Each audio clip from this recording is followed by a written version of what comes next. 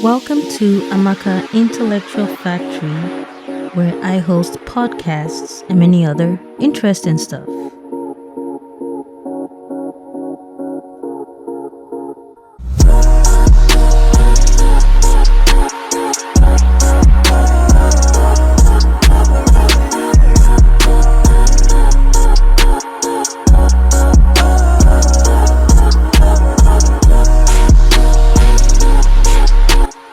Honestly, I thought this was a settled issue after the United States Supreme Court ruled that anyone born in the United States is a United States citizen.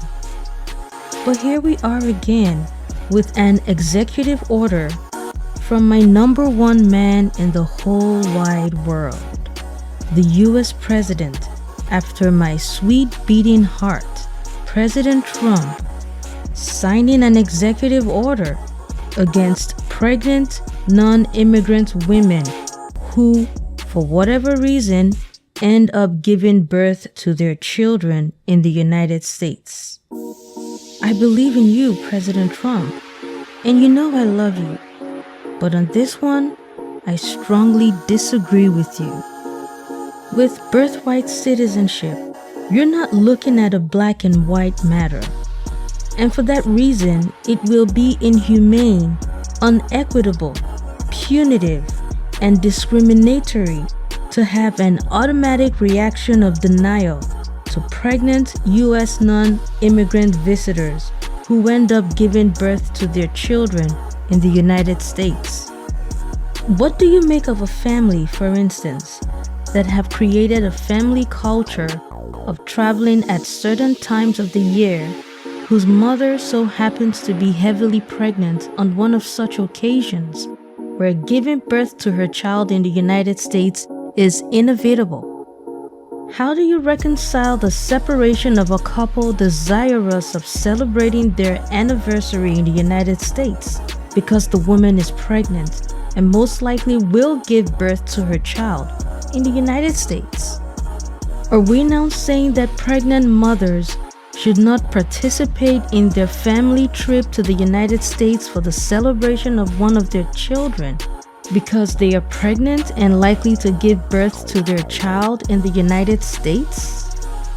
And these are only 3 of the many scenarios that came up in my mind.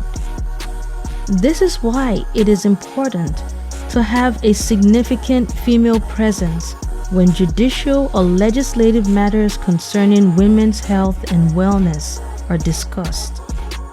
This is because sensitive matters like the negative effect of an automatic assumption and denial of health care or constitutional rights to pregnant women or their newborn baby will be taken into serious consideration, causing this further pondering of the United States birthright citizenship by primarily men to not occur. In other words, when women are involved in conversations like this significantly, it's not going to keep coming up because these women will automatically understand the importance of taking into consideration the well-being of the pregnant mother and her newborn child. The fact of the matter is that when it comes to the U.S. immigration challenges, what has been derogatorily termed birth tourism or anchor babies is the least of the U.S.'s worries, contrary to what our brilliant Deputy Chief of Staff, Stephen Miller, said, calling it one of the gravest and egregious abuses of the American system.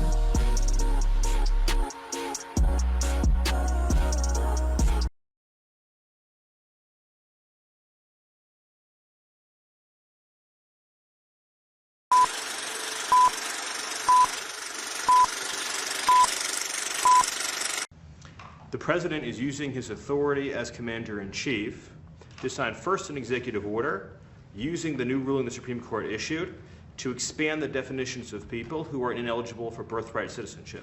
That includes, for example, alien enemies of the United States, members of foreign terrorist organizations, and large categories of people who lobby and act on behalf of foreign governments. And so with taking this action, it ensures that large numbers of people who wrongly would be getting birthright citizenship will no longer be eligible for those benefits. The second action that he's taking, which is especially historic, is for the first time ever in American history to ban birth tourism. So I want you to really let that sink in. This has been something that people have talked about not only for years, but for decades. The idea that people come here pretending to be a tourist, pretending to be a visitor, saying they want to go to Disneyland, or they want to go visit a monument or go to a national park, but the real reason they're here is to have a child, to make that child an automatic citizen, leave our country, and then have a U.S. citizen child. It gives them access under this broken system to welfare benefits, ultimately to the voting booth, and all the other rights and privileges that belong solely to Americans. So that practice of birth tourism is, as of the signing of this order, hereby banned.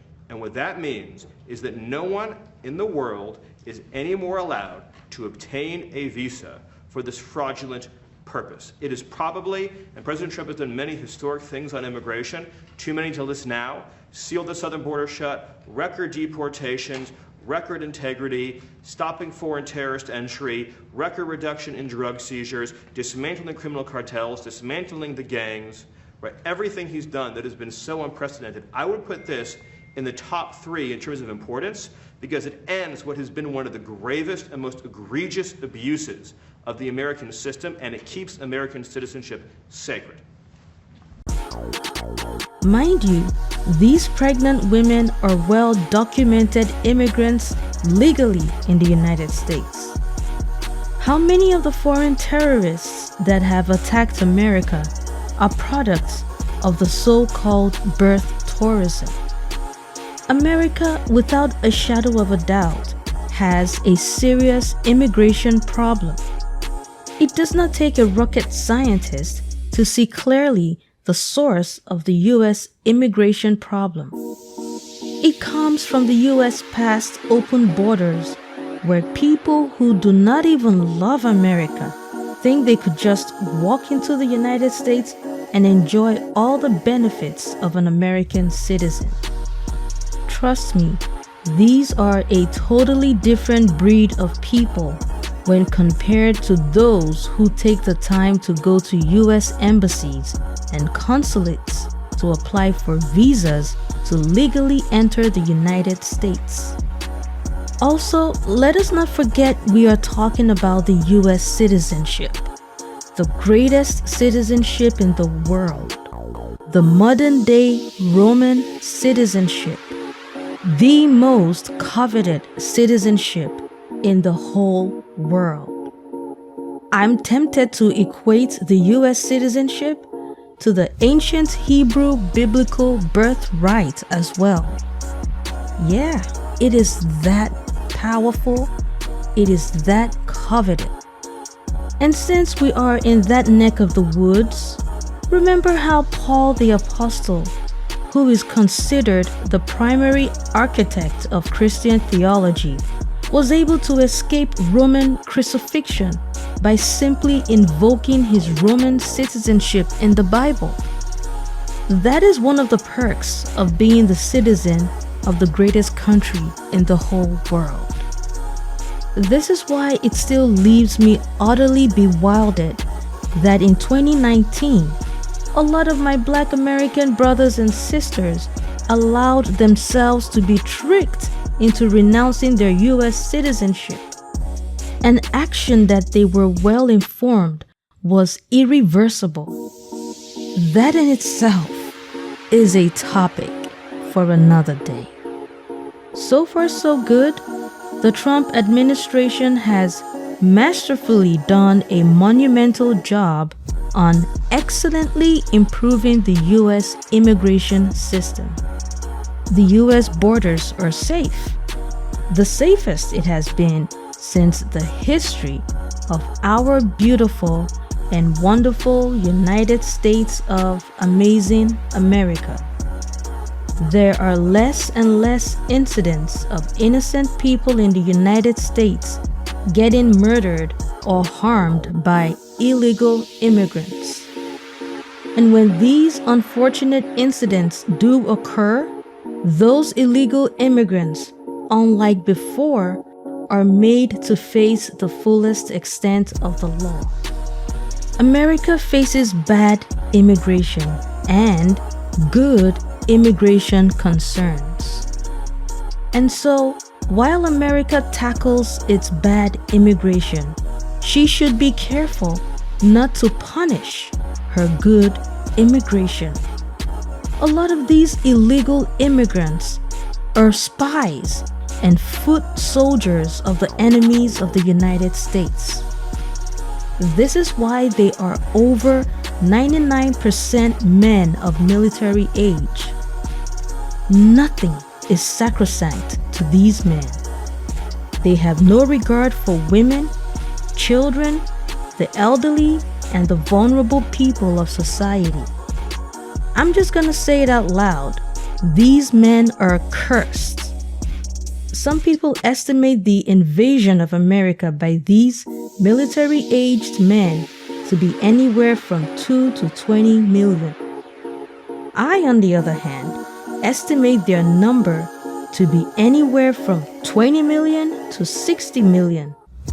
And that is me being conservative. This right here is evidence of a great gender deficit.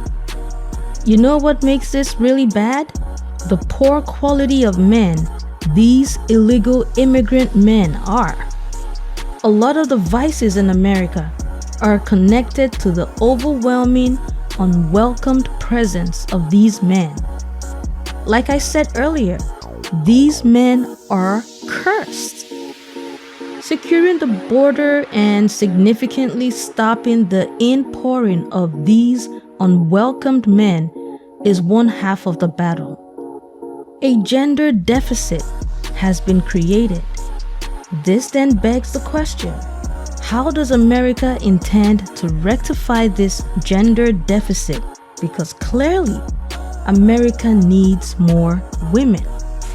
Coming to this realization will make you think twice about being punitive and discriminatory towards pregnant women who are legally in the United States that end up giving birth to their children in the United States. Honestly, the conversation should be more about the well-being of these pregnant women. The whole pregnancy cycle is a very vulnerable period for a woman. A pregnant woman is in need of not just proper health care, but shelter and financial stability. The conversation really should be about how we take care of our American children when they are born in the United States of America by mothers who are legally present in the United States. Still on the topic of the gender deficit, what does America intend to do to rectify it? I will not wait for a response to this question. Rather, I will make a proposal to my beloved US President after my sweet beating heart, President Trump. It is my proposal that America fashions a women-only immigration program that targets the most beautiful, brightest, and God-fearing women from around the world. Just the same way the enemies of America deliberately ship in troublesome illegal immigrants to America, American patriots can bring in good immigrants from places known to have desirable qualities that work for the greater good of the United States. To a simpleton, this suggestion might be too heavy for their feeble mind. But when you are the greatest country in the whole wide world, you can afford to only let in the best of the best into your country. With that being said, I hope I have been able to convince you and not confuse you that the United States hardline on birthright citizenship punishes and discriminates against pregnant women.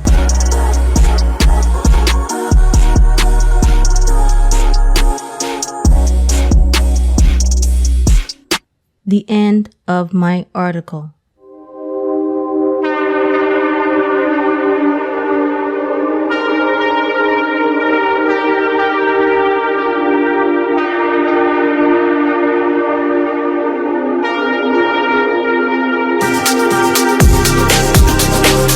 As always, you are more than welcome to start a conversation, and I would be super duper excited to join you.